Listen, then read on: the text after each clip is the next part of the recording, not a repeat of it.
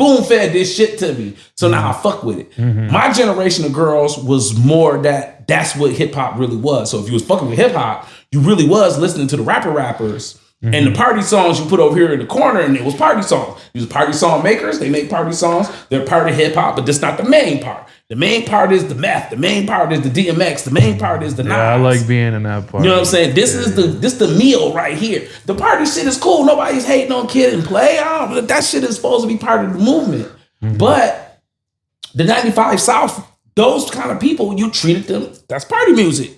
Right? That shit is for the party, bitch. And then that's what we want to hear when the bitch shaking their ass. You damn right.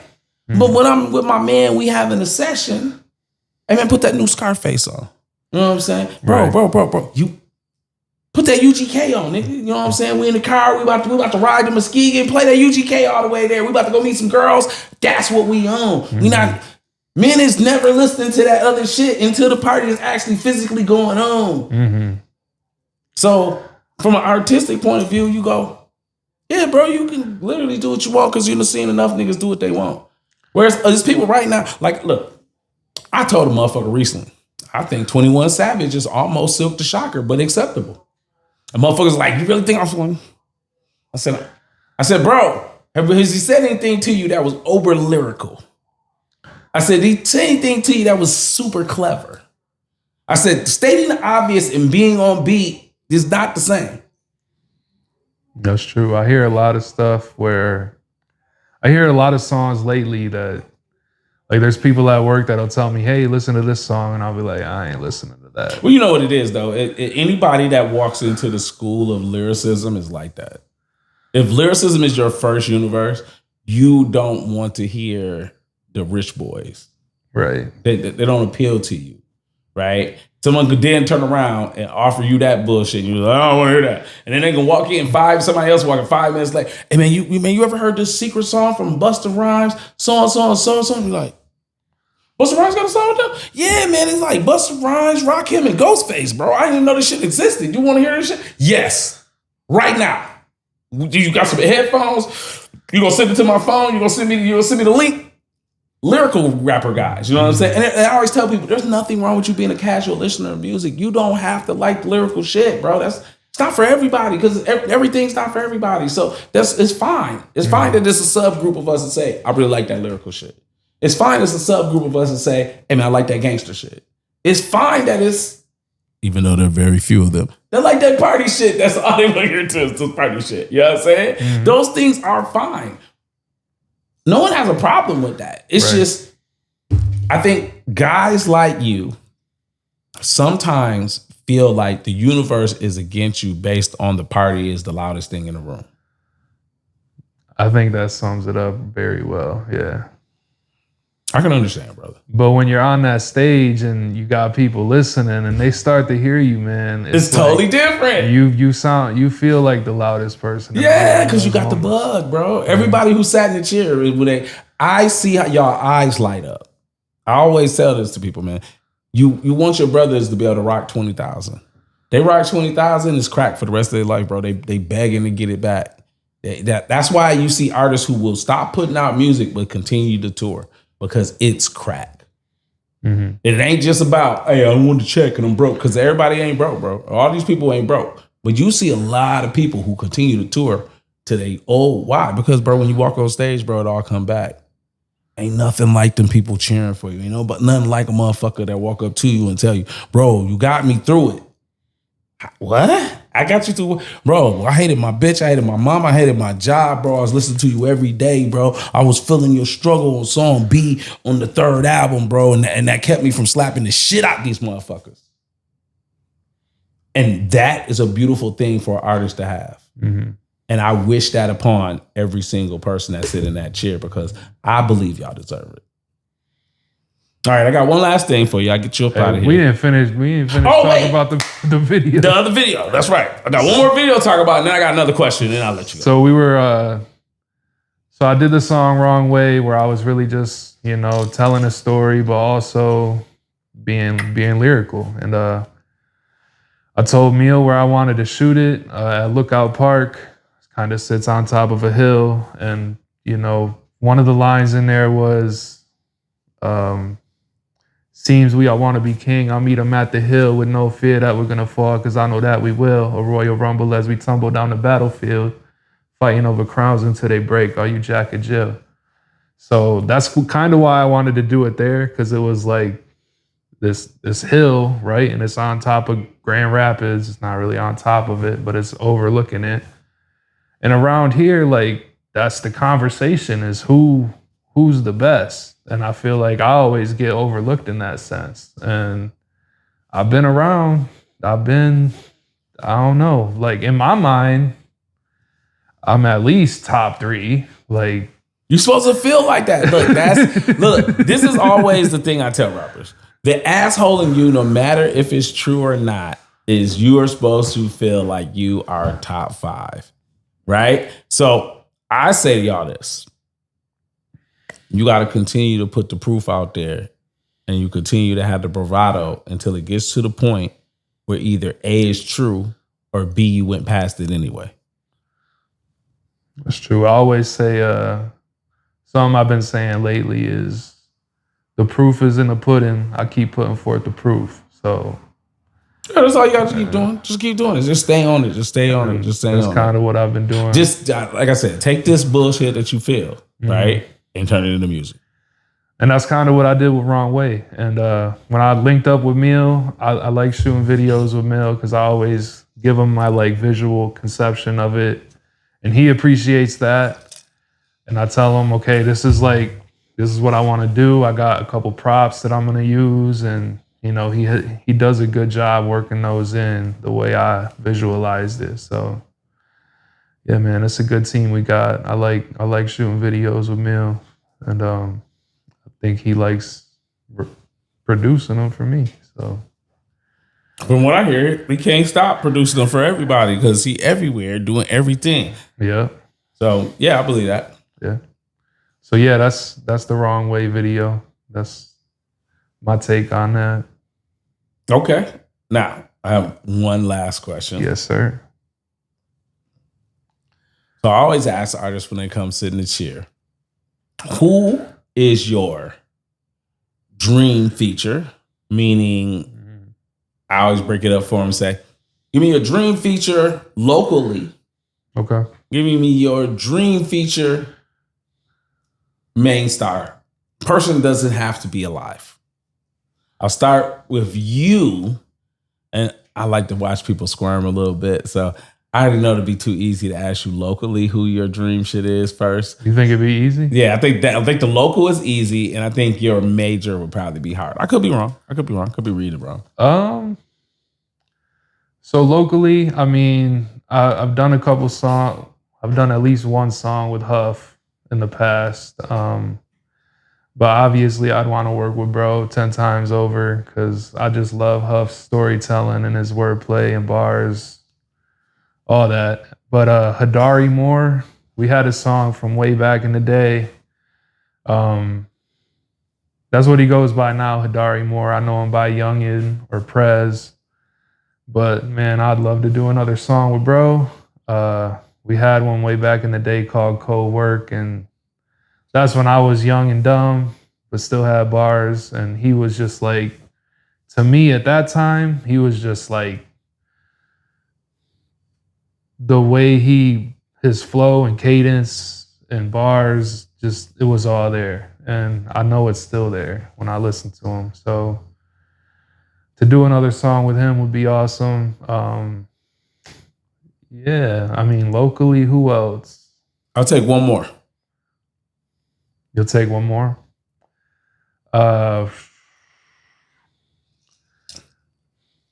Maybe someone like K Mill.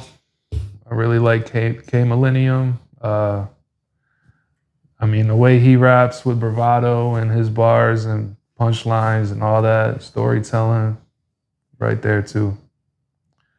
I like that. Okay.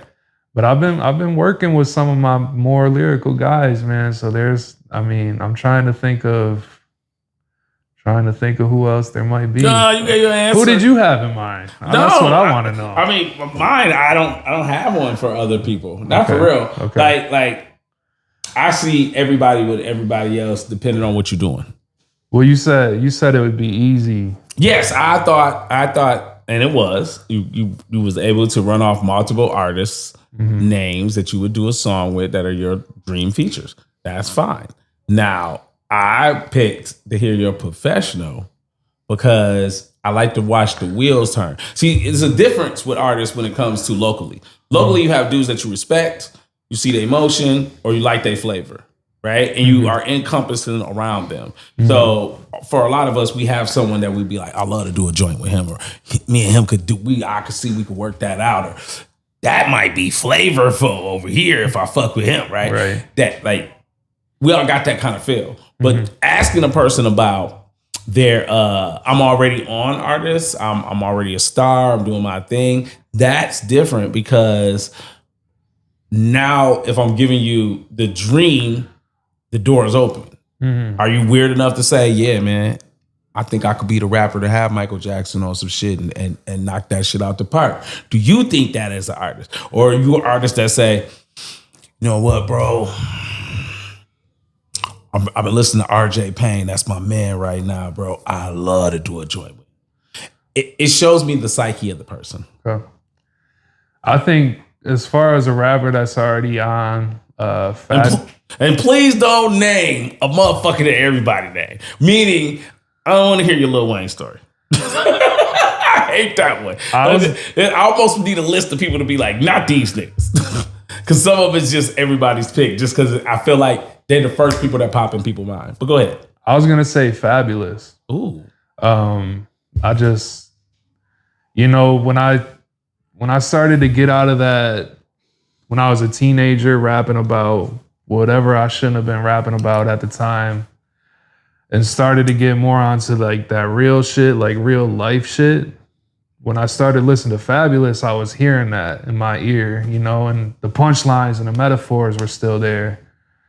And I think my writing style now is kind of similar to that in a way that I'm gonna still bring the bars and the punchline, but I'm gonna talk about something that you can relate to. If you're not going through the grind. Exactly. Okay. I can respect that. So Fabulous, that would be awesome. Next. Him and probably Method Man. That would be. I mean, that lyricism, like Mess lyricism, wordplay. That's.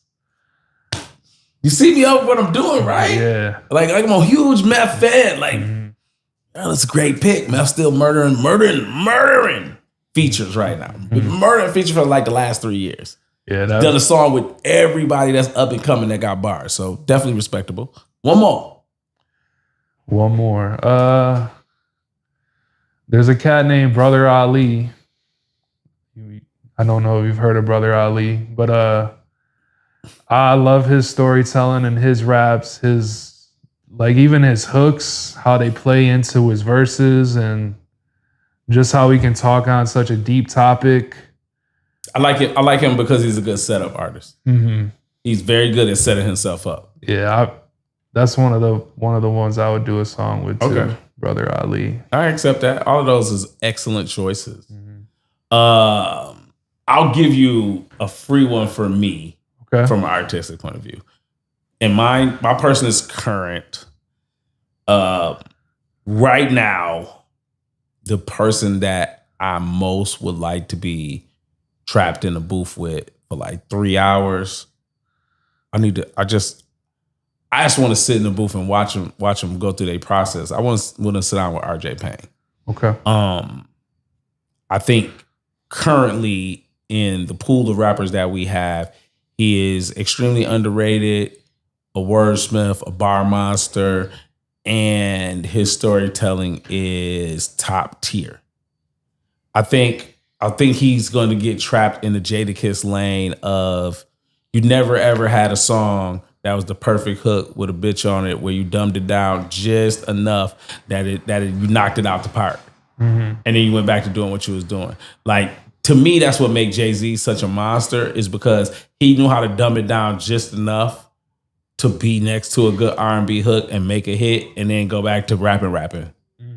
Like, all the time. Like, I always tell people, like, go listen to Dig a Hole and tell me you don't think Jay got bars. You lying to me, bro. You lying to me. You don't think Jay got bars. You go, he going bananas on that song. And it's not catchy. It's not bar friendly. It's none of those things. It's just, this is how I feel about the situation with these two dudes. Mm-hmm. And I'm going to express myself and I'm going to leave it the fuck alone. And it's very, very good. So I think RJ Payne is one of those guys, though, that he's very, very dope and underrated, in my opinion. And I would love to just, bro, let me just be on the hook. I ain't even a hook dude. Just let me be on the hook, bro. I just want to be in your circumference. No glazing, but that boy monstrous. Mm-hmm. So I love to do a joint with him. Yeah, man. This your chance to talk your shit. This is where you turn to the camera, sir, and you say, this is where they can find you. This is where your projects is. What projects you got out. And why they find you on social media and all that shit there. The ladies can't have you, though, because you got a wife. But outside of that, you need to tell them how they get in touch with the man, Larry D. Yes, sir. It's Larry D. That's Larry Dixon III on Facebook. LD Music Minded on Instagram and YouTube. On my YouTube channel and my Instagram, you can find all my recent videos. Wrong Way by Meal Filmed It, produced by Taylor 616. Yeah. I'm on UV's track Pivotal. He produced the beat and did the hook in his verse, and Meal filmed that one as also. Let's go. That actually came out today on YouTube. And then I got my albums Think, Move, and Feel on all streaming platforms. You just look me up, Larry D. You type in Think, Move, or Feel, you'll find me. You might find some other people named Larry D, but there's only one me. There is other Larry D's, but there's only y'all know what he's saying. One of this one. Look for the rapper Larry D. Don't be looking for Larry and then you find out it's Larry Delinquent. Yeah. And then you mad. And then we got a big video coming. We just took a trip around Michigan to probably 13 to 15 different locations, getting footage and all those. The song will be called Lake Effect. It's all about the greatness that surrounds us in Michigan. So Great Lake Steak suckers. Keep an eye out for that. It's bound to be a pretty dope video. So I'm excited to see that one. I hope y'all are too. Look here, Larry D. I appreciate you coming and sitting in the chair. I always say to artists that without y'all, it can't be no me. From y'all favorite angry old rapper, this has been Shots Fired Podcast, the interview series. Doing P.G.E. We almost done with them. Larry D. It's our MC for the day. You already know what it is. Holla at your boy. I'm gone. Spark up that joint, yeah. Spark up that joint. Roll another fatty, yeah. Lay back in that 93. Play still candy, yeah. Let her see sinking aeroplane on the smoke. We super colorful like Toucan Sam in the draw. Hazel at your G4. I stay super blow. Ashtray full of stories that I never told. Chrome grill grinning at the red light glare. Whole town small, but they stop and stare. Smoking as I glide.